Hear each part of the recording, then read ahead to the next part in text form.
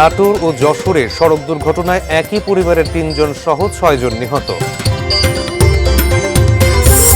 ব্রাহ্মণবাড়িয়ায় টেটা বল্লম নিয়ে দুপক্ষের সংঘর্ষ, নিহত ২, আহত ৩০। এবং ঈদের চতুর্থ দিনেও বিনোদন কেন্দ্রে উপচে পড়া ভিড়।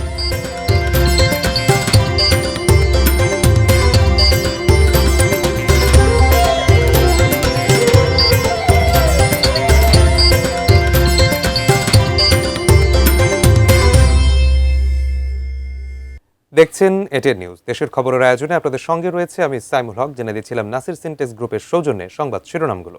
এবারে জানাবো বিস্তারিত। নাটোর ও যশোরে সড়ক দুর্ঘটনায় একই পরিবারের ৩ জন সহ ৬ জন নিহত হয়েছেন, আহত হয়েছেন অন্তত ৭ জন। যশোরের বাঘারপাড়ায় গদাইঘাটে প্রাইভেট কারের নিয়ন্ত্রণ হারিয়ে বাবা, ছেলে এবং নাতনি মারা গেছেন, আহত হয়েছেন আরও ৩ জন। পুলিশ জানায়, গত রাত ২টার দিকে যশোর মাগুরা সড়কের গাইদঘাট বাজারের বটতলায় একটি প্রাইভেট কার নিয়ন্ত্রণ হারিয়ে সড়কের পাশের গাছে ধাক্কা খায়। এতে ঘটনাস্থলে চালক জনি এবং তার বাবা মারা যান। আহত বাকি ৪ জনকে হাসপাতালে নেয়ার পথে জনির মেয়ে শেহরিশেরও মৃত্যু হয়।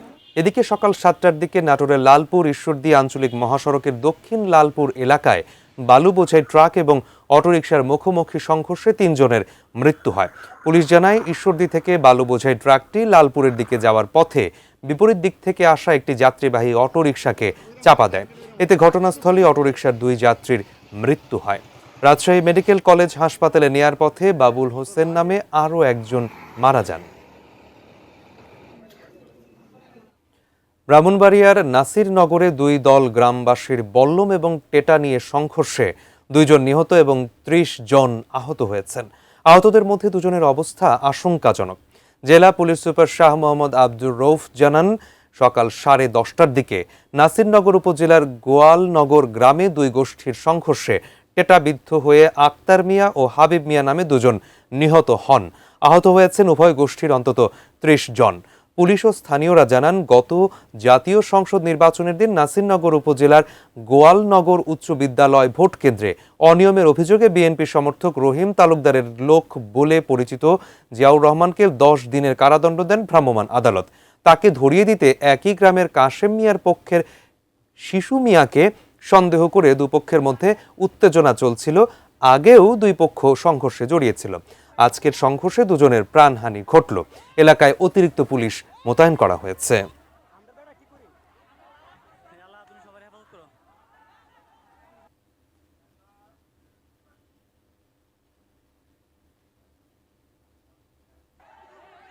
দেশের খবরে পর্যায়ে নিচ্ছি ছোট্ট একটি বিরতি। ফিরবো কিছুক্ষণের মধ্যেই, সঙ্গেই থাকুন।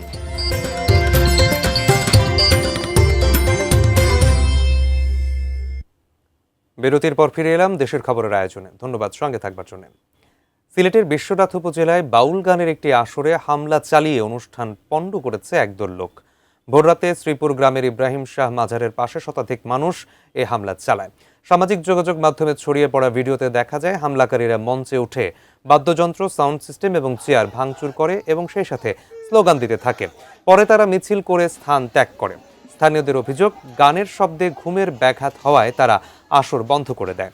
জানা গেছে, এই বাউল গানের আসর ১০০ বছর ধরে চলে আসছে। এবারের আসরের দ্বিতীয় দিনে হামলায় পণ্ড হলো আসর। পুলিশ জানায়, ঘটনাটি মাজারের ভেতরে নয়, পাশের মঞ্চে ঘটেছে। এখনো কোনো মামলা বা লিখিত অভিযোগ দায়ের করা হয়নি, তবে পরিস্থিতি শান্ত রয়েছে।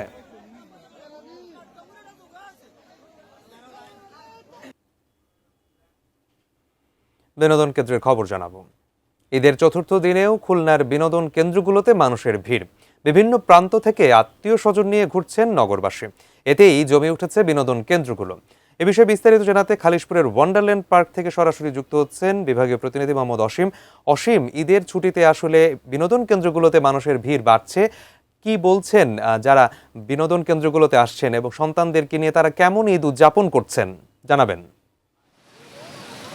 সাইমুল, ধন্যবাদ আপনাকে। ঈদের যে ছুটি, সেই ছুটি কিন্তু শেষ হয়ে গেছে, কর্মস্থলে ছুটতে শুরু করেছে মানুষ। তারপরেও কিন্তু খুলনার মানুষের মধ্যে যে ঈদের আমেজ, সেই আমেজ কিন্তু এখনও রয়ে গেছে। আমরা দেখেছি যে তীব্র গরমের মধ্যে দুপুরের পর থেকেই পরিবার পরিজন এবং প্রিয়জনদের নিয়ে কিন্তু বিভিন্ন খুলনার যে ঐতিহাসিক পার্ক রয়েছেন এবং ঐতিহাসিক স্থানগুলো রয়েছেন, সেখানে কিন্তু তারা ঘুরছেন। আসলে তারা বলছেন যে আসলে এই যে ইট পাথরের যে নগর, এই নগর ছেড়ে কিছুটা হলেও ক্লান্তি ভুলতে পরিবার পরিজনদের সাথে কিন্তু তারা এই সময়গুলো কাটাচ্ছেন।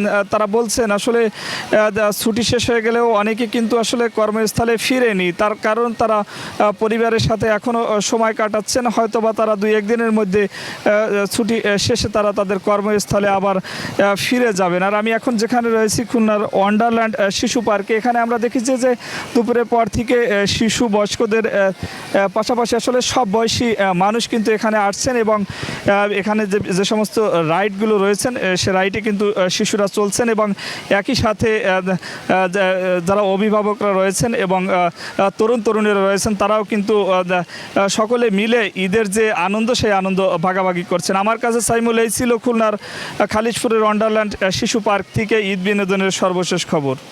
ধন্যবাদ অসীম। দর্শক, খুলনার খালিশপুরের ওয়ান্ডারল্যান্ড পার্ক থেকে সরাসরি যুক্ত হয়েছিলেন সহকর্মী অসীম এবং সেখান থেকে জানাচ্ছিলেন ঈদ উদযাপনের সর্বশেষ তথ্য। দেশের খবরের আয়োজনে এবারে নিচ্ছি ছোট্ট আরও একটি বিরতি, ফিরব কিছুক্ষণের মধ্যেই, সঙ্গেই থাকুন।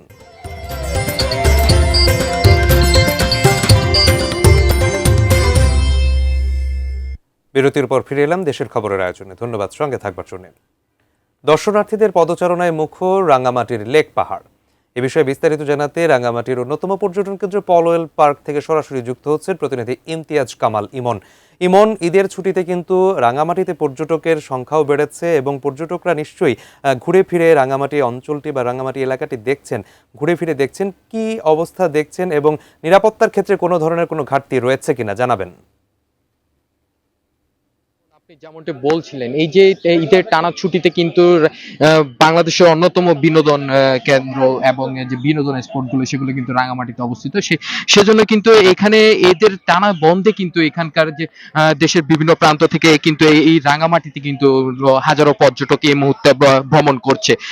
আমি সকাল থেকে ঘুরে দেখেছি এখানকার যে সকল বিনোদন কেন্দ্রগুলো রয়েছে, সেই সকল বিনোদন কেন্দ্রগুলোতে সেখানেও কিন্তু বিপুল পরিমাণে পর্যটকের উপস্থিতি আমরা লক্ষ্য করেছি। এছাড়াও এখানকার আমি এই মুহূর্তে যে পার্কটিতে অবস্থান করছি, এটি পুলিশ পরিচালিত একটি পার্ক, পলওয়েল পার্ক, কিন্তু বেশ কিছু পর্যটকের উপস্থিতি আমরা লক্ষ্য করছি। এখানে রয়েছে একটি লাভ লক এবং এছাড়াও বিভিন্ন ফটো পয়েন্ট রয়েছে, যে সেখানে যে দেশের বিভিন্ন প্রান্ত থেকে আগত যে পর্যটকরা রয়েছে, তারা কিন্তু এখানে এসে তাদের যে স্মৃতি, সেই স্মৃতি তারা মুঠোবন্দি করছে।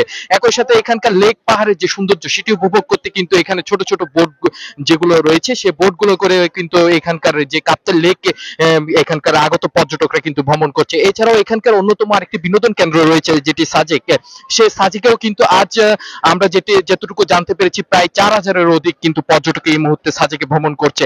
এবং আমি এখানকার আগত পর্যটকদের সাথেও কথা বলেছিলাম, তারা বলছে যে এখানকার যে প্রাকৃতিক সৌন্দর্য, সেটি উপভোগ করতে কিন্তু তারা ছুটি পেলে কিন্তু এই রাঙামাটিতে ছুটে আসে এবং এইখানকার যে প্রাকৃতিক সৌন্দর্য, সেটি উপভোগের পাশাপাশি এখানকার যে দৃষ্টিনন্দন পর্যটক স্পটগুলো আছে, সেগুলোতে তারা ভ্রমণ করতে পছন্দ করে। একই সাথে তারা এখানকার দেশের বিভিন্ন প্রান্ত থেকে আসা আগত রয়েছে, তারাও কিন্তু এখানে কিন্তু আসছে, কিন্তু তারা একটু ক্ষোভ জানাচ্ছে যে তেলের সংকট, সেই তেলের সংকটে কিন্তু তারা তেল না পেয়ে কিন্তু যে রাঙামাটি থেকে তারা তাদের যে গন্তব্য, সেই গন্তব্যে যেতে পারছে না। তো সব মিলিয়ে এই ছিল আমার কাছে রাঙামাটি থেকে সর্বশেষ।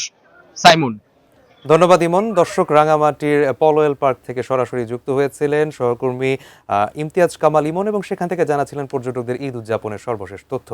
শেষ করব দেশের খবরের আজকের আয়োজন, তার আগে নাসির সিনটেক্স গ্রুপের সৌজন্যে শিরোনামগুলো জানিয়ে দেব আরও একবার। নাটোর ও যশোরে সড়ক দুর্ঘটনায় একই পরিবারের 3 জন সহ 6 জন নিহত। ব্রাহ্মণবাড়িয়ায় টেটা বল্লুম নিয়ে দুপক্ষের সংঘর্ষ, নিহত 2, আহত 30। এবং ঈদের চতুর্থ দিনেও বিনোদন কেন্দ্রে উপচে পড়া ভিড়।